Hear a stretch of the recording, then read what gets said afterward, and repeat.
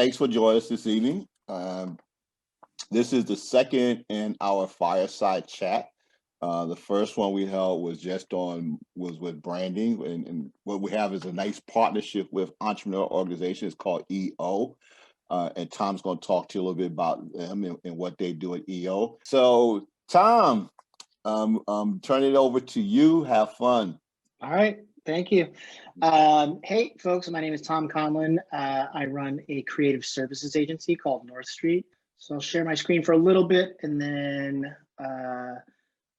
we'll drop out and have a conversation. All right. Everybody seeing my screen, which should have me on it now? All right.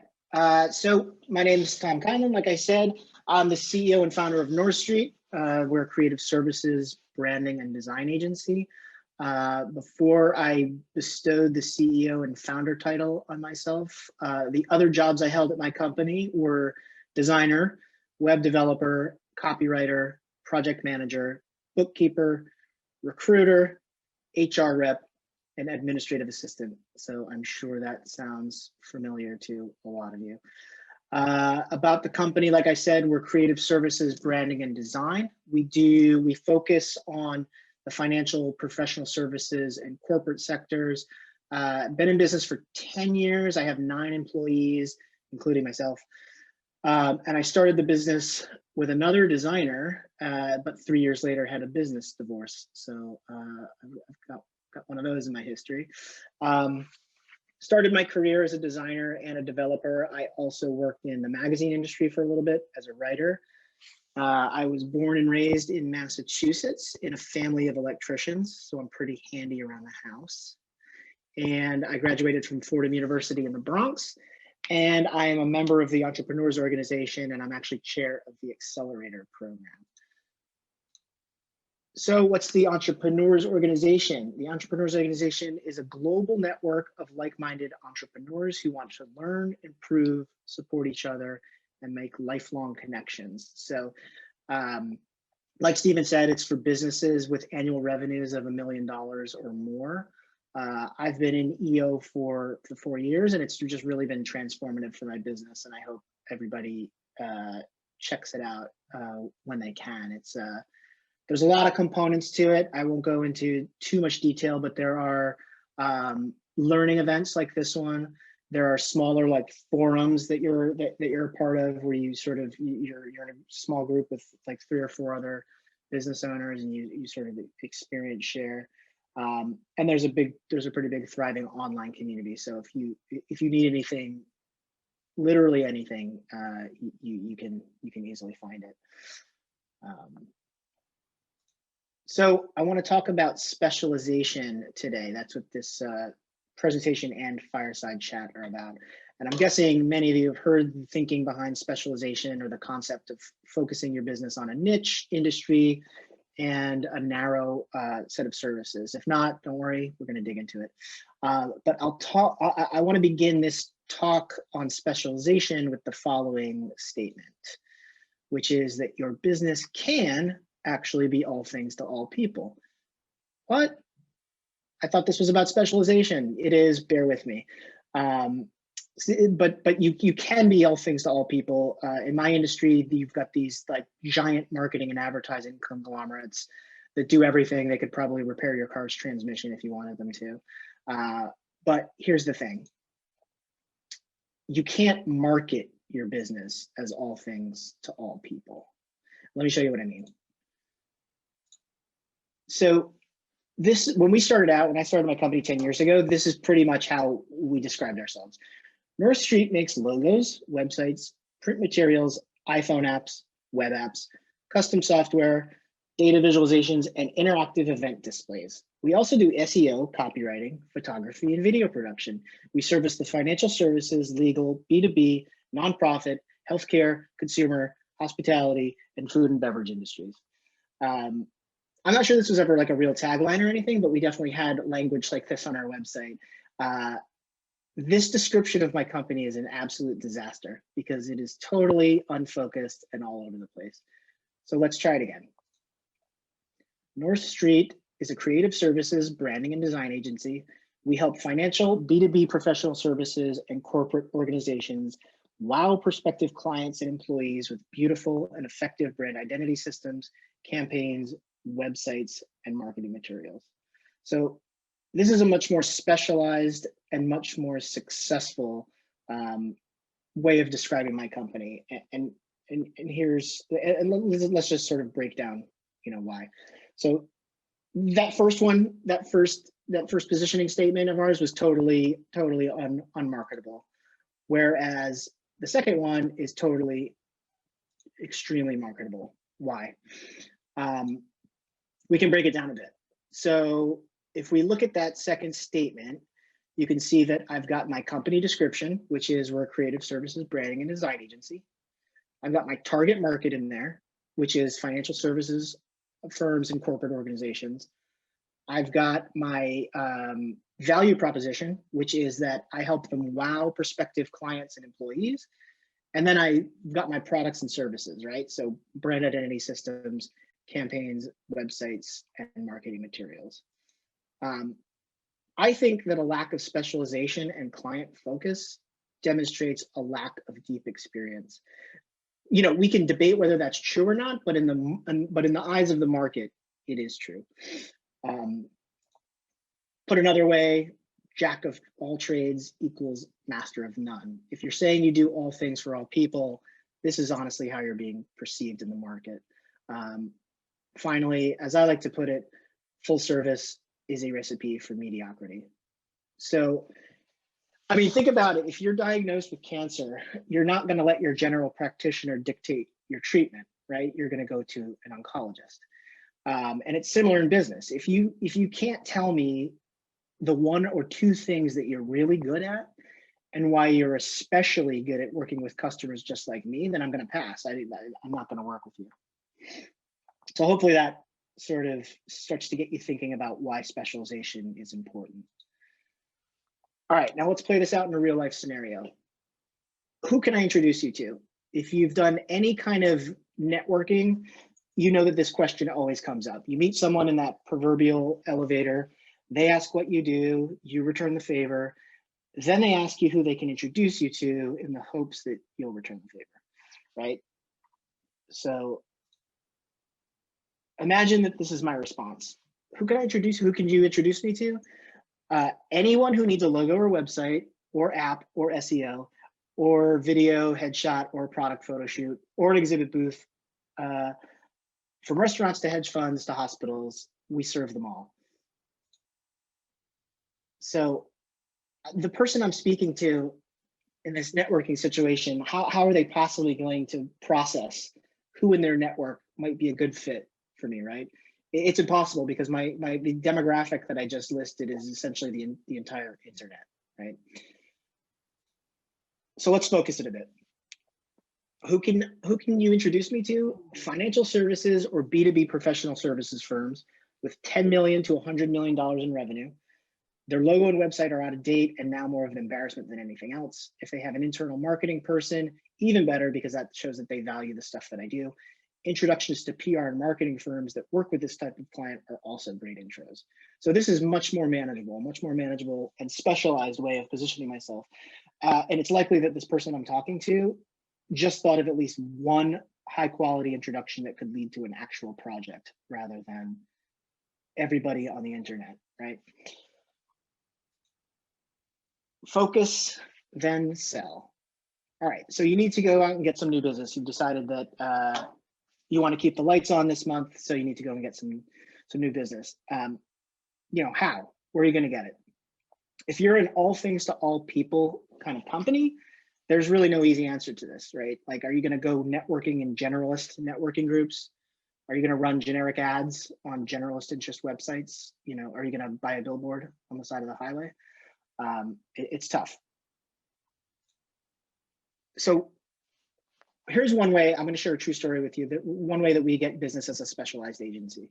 So one of our favorite projects in the world to work on is rebranding and creating a website for a financial services firm. We've got a handful of ways of getting new business, but I'm going to share a real example here that was only possible because of specialization. Okay, so if I know exactly who I want to reach out to, it's easy to build a potential list of potential new clients, right? I can use LinkedIn Sales Navigator and a contact database like Apollo or Zoom Info to create a list of people to reach out to. So I used these features. I used these filters, which is I want them to be in the financial services industry. I want them to be in either New York or Boston, and I want the headcount to be 51 to about 500. That sort of gives me an indication of what their revenue might be. And I want to find someone whose role at that company is in marketing. Once I have that list, I can send them an email. So I'll read it. This is a real email I sent out. I changed the person's name and email address. Sally, I hope this email finds you well and you don't mind the outreach. My agency, North Street, helps financial sector firms wow clients, partners, and potential employees with high-end branding, creative services, and website design. Is that something ABC Financial might have a need for? Here's some of our branding and website work. I know you're busy, so thanks so much for the time, Tom. Now let's break this one apart. So this email contains it states that we specialize in the recipient sector, financial services firm. It states how we can help them, which is that value proposition of wowing clients, partners, and potential employees. It says what we do, so high-end branding, creative services, and website design. And then it offers proof of expertise and past successes. So this link right here doesn't go to my homepage. It goes to a special landing page on my site that all that's there is financial services work and testimonials from financial services clients, testimonials from people who have the same job function or work at the same type of company as the person who received this email. I got a response. Check it out. This is a real response. Again, I changed the name. Tom, thanks for reaching out.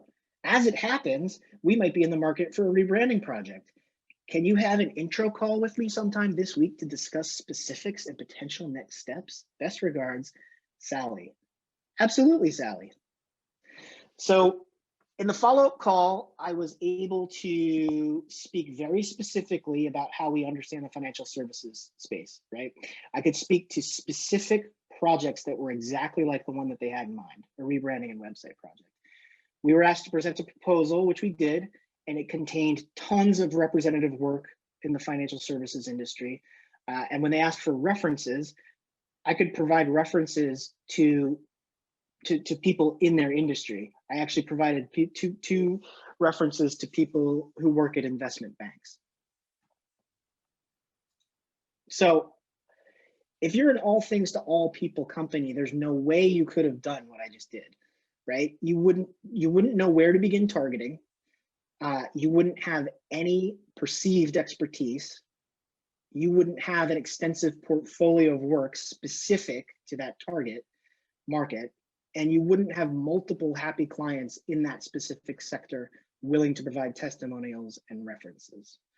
So hopefully, again, we're starting to understand why being specialized and focused is really important. But here's the thing about specialization. It's not that cut and dry. So remember this from a couple of slides ago, focus, then sell. One of the secret truths about specialization is that it's actually more like this: sell, then focus, then sell, right? Meaning when you're starting your company out, you literally will take money from anyone who will pay you to do anything, and that's totally okay. We've all been there. The thing is, over time, you start to identify what you're really bad at, what you're really good at, who makes a good client, and who makes an unfit client. So for us, it took my company about 7 years before we were comfortable saying out loud that we're a creative agency focused on financial services and corporate clients, right? Before that, I was like, no, what if a consumer packaged goods brand comes to our website and sees that kind of language? Again, it took us 7 years. Another secret truth is that specialization does not equal saying no, right? There can be a delta, even a sizable one, between your marketable niche and reality, right? So specialization is how you market yourself. It does not mean turning down work that walks in the door that's outside of that focus. So as I've said, I market North Street as an agency with deep financial, professional, and corporate focus. That's really where we excel. But when a company that owns 10 Tex-Mex restaurant chains on the West Coast contacted us about working together, do you think I said no? Absolutely not. Proudly took on that project. Here's another one. Another secret truth of specialization is that specialization equals risk. And COVID really exposed the Achilles heel of this, right? So I have a friend that has a PR agency solely focused on travel and hospitality. They got hammered by COVID. Another friend of mine works at a custom publishing company making magazines about the cruise industry. Not the place you want to be right now. Experiential and live events companies, they need to reinvent themselves or die. You know, so in these cases, because of COVID, specialization became a liability instead of an asset, right? So how do we specialize and at the same time mitigate the risk of specialization? Focus, then expand. So you can expand into new product service lines within your niche vertical, right? So once a client trusts you to do one thing, they're going to trust you to do anything tangentially related, right? So I don't market North Street as a video production company, but we regularly earn revenue by producing videos for clients who already hired us to do their branding and website, right? I don't market video production as the one thing I do or even anything that I do, but we do it and we do it well and we charge well for it too.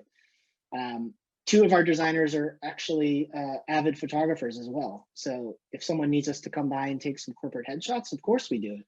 You know, we can. But again, I don't put any time or effort in whatsoever into marketing myself as a photography company.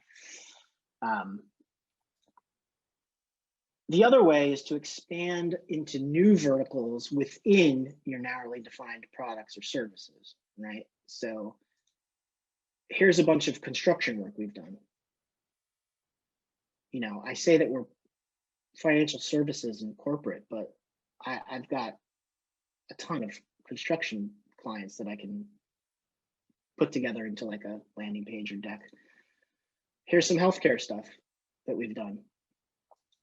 We even do like consumer and food and beverage stuff, like I mentioned, those restaurants.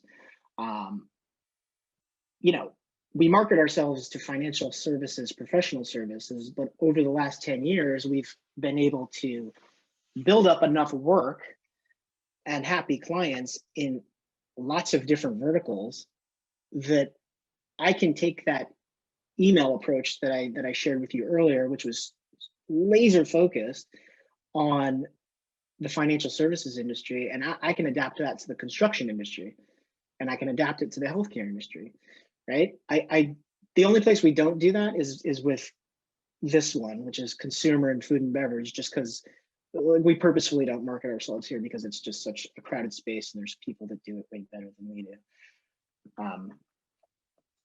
So are we still talking about specialization? I just told you to specialize your industry focus and service lines, but then I also told you to go out and target multiple industries and expand your service lines. Bear with me. Specialization isn't taking the hatchet to your service offering as a potential client base. Specialization is the ability to hyper-focus on a specific client profile and specific service line and be the first in line with the right solution at the very moment that client and service intersect in the form of a need. Most importantly, specialization is the ability to back that solution up with depth of experience, an extensive portfolio of relevant work, demonstrated expertise, and social proof. Those are all the slides I put together. But I want to end with this one, which is recommended reading. If this is something that you want to learn more about, these 3 books are great. The Win Without Pitching Manifesto by Blair Unz is, he ran a creative ad agency, so it's focused a lot on my industry, but it really is relevant to any service-based business. So I'd check it out even if you're not in my industry. Building a Story Brand with Donald Miller. If you haven't heard of it, check it out. It's a really quick read, and it has a lot of good stuff about finding your target audience and speaking to them in a way that will resonate with them. And finally, The Pumpkin Plan by Mike Michalowicz. This is more on that idea of like focusing and then focusing and then expanding. That idea of like, either expanding your offerings inside of your niche or expanding your sort of, expanding to other verticals.